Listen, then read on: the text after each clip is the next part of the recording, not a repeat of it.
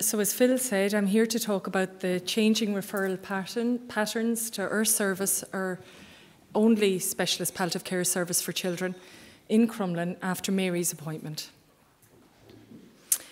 Just to give you a little bit of background, I suppose I'll go with what Sheila said, because Sheila's a Moonchore, and Moonchore's teachers know everything. So if you hear something 3 times, you'll remember it. So Mary has said some of this already, so now this is the second time you'll hear it. So our Children's Palliative Care Service was a new service established in 2001. Maeve O'Reilly flew the flag so expertly, and it was in response to the needs within the oncology service, really, where it was clear that these children needed to be held, needed an expert to guide them, to work with families and to work with the primary team. So it was one part-time adult consultant, not on site in the hospital, but off-site in another hospital, with sessions in Crumlin, and one on-site full-time CNS. At that time, that was Jill O'Callaghan. So the service steadily grew, but the need for full-time paediatrically trained service was obvious from the off and from the outset. And then we fast forward to 2011, and we have Mary's appointment, full-time paediatrician based in the hospital in Crumlin. And her role as clinical lead, her role in research, in education, and in the national lead for Children's Palliative Service.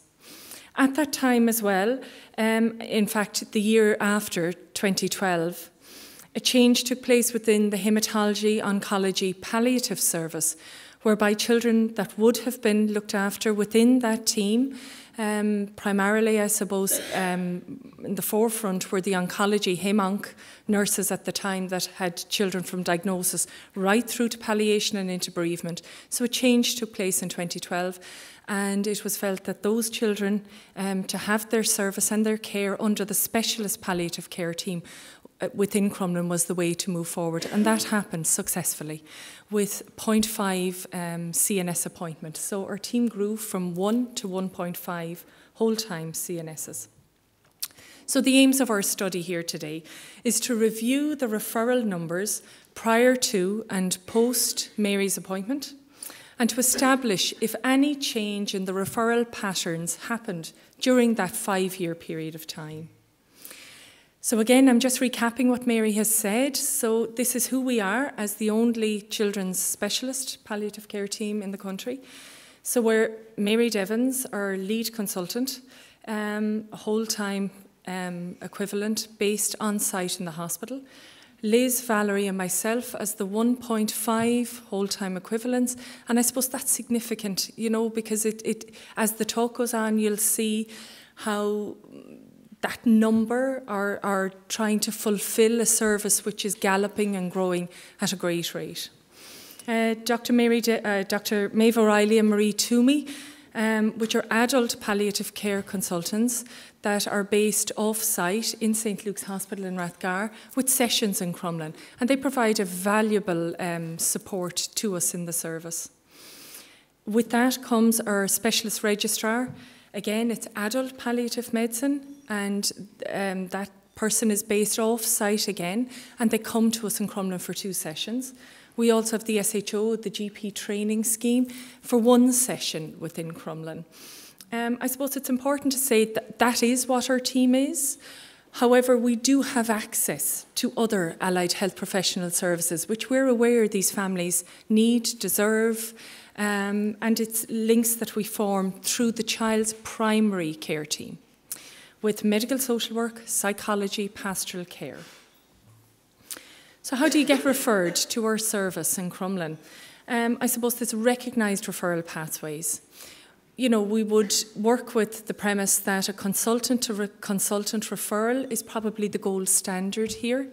And that can be done through a number of modalities, made in person with one of the teams that we work with, popping into our office. We have an open door policy in the hospital, which I believe affirms how our service has grown, really.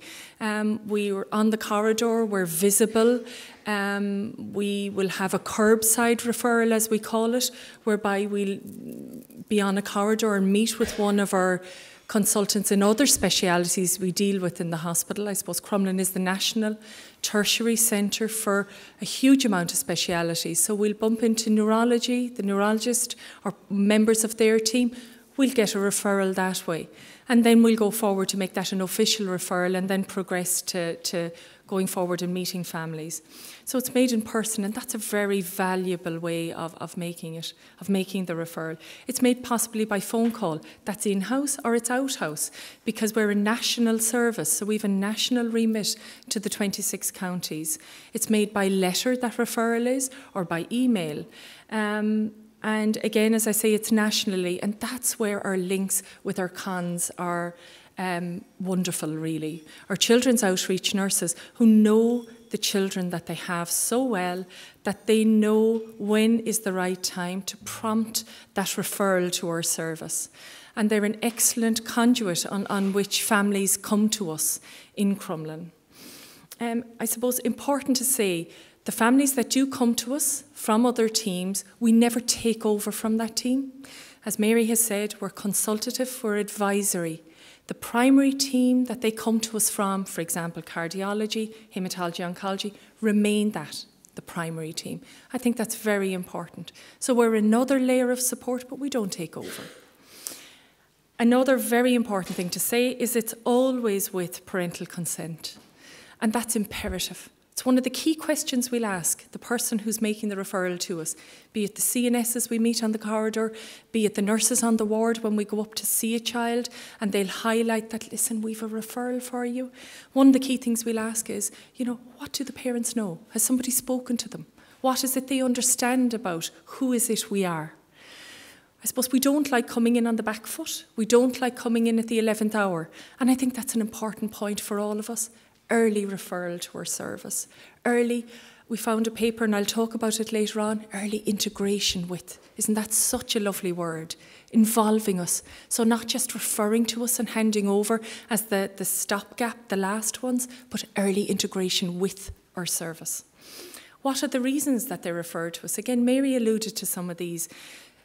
It is end of life sometimes, and I'll show you a graph later on that just displays exactly how many that is in our comparative study.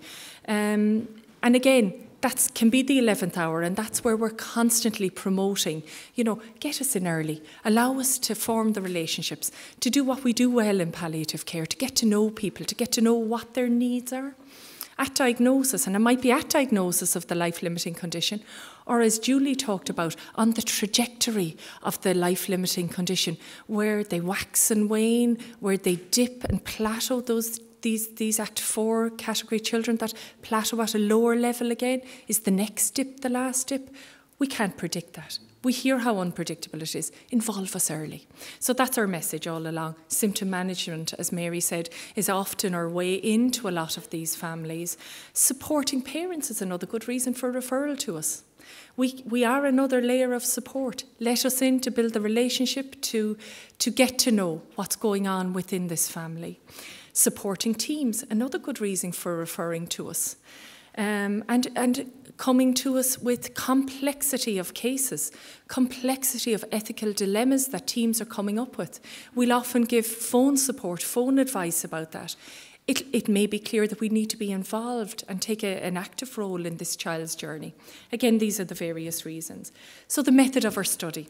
So it was a retrospective chart review that looked at referrals initially from January to July, so a 6-month snapshot in 2010, before Mary joined the team in 2011, and compare that to the same period in 2015.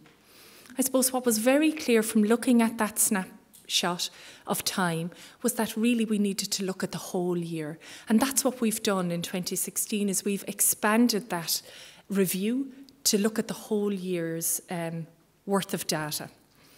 So here are the results. So the referrals of the 6-month snapshot of time were that there were 38 new referrals in that period versus 56 in the same comparative period in 2015.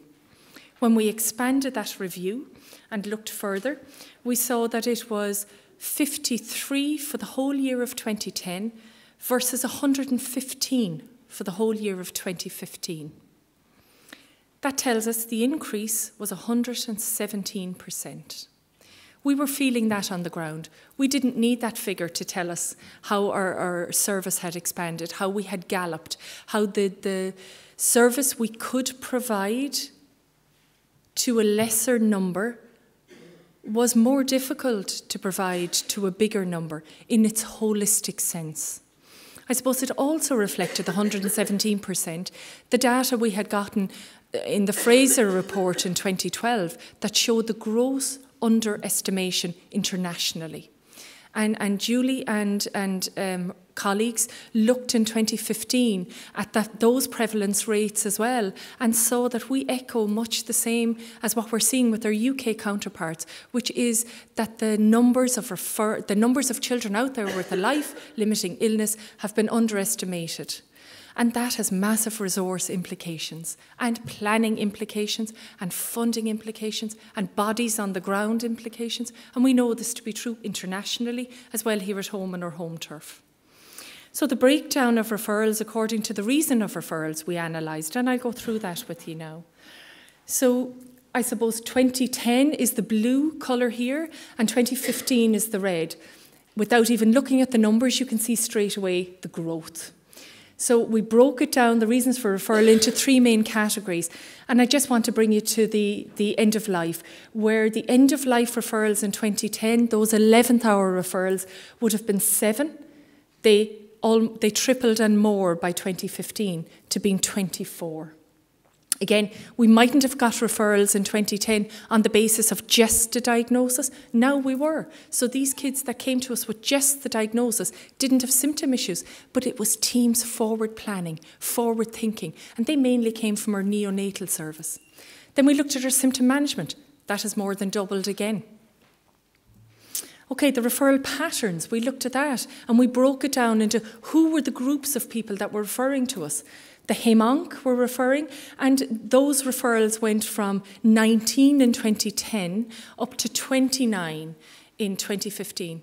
One word about that, where it wasn't a massive jump, the complexity has changed. The complexity, and I come from a hematology oncology background, and Mary said it earlier, we're now working alongside teams where children are having active treatment. We can nearly call it active palliative care. But you know what? It's very appropriate to have us involved at that point as well.